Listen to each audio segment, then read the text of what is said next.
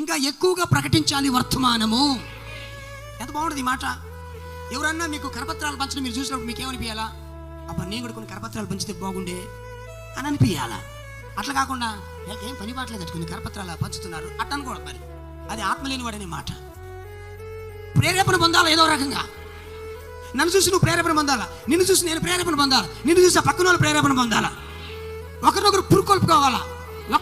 ఇప్పుడు బండారుపల్లి నుంచి సిరి కాల్ చేసింది, సిస్టర్ వసంత కాల్ చేసింది అనుకుందాం. సిస్టర్ వసంత బాగున్నావమ్మా, బాగున్నావు సిస్టర్ అంటే బాగున్నాను సిస్టర్ అన్నాను. ప్రార్థన చేస్తామంటే ఈ మధ్య కొంచెం ప్రార్థనలో కొంచెం బలహీనమైన, ఏం పర్లేదు మన ఇద్దరు ఫోన్లో ప్రార్థన చేద్దామని ఆమె ఫోన్లో ప్రార్థన స్టార్ట్ చేసిందట. అవతల ఆమె ప్రార్థన చేస్తుంటే యువతను కన్నీరు కారుస్తూ అవును ప్రభు అది నేనే ప్రభు, నన్ను బలపరచు ప్రభు, నన్ను నిలబెట్టి ప్రభు అంటున్నట్టు.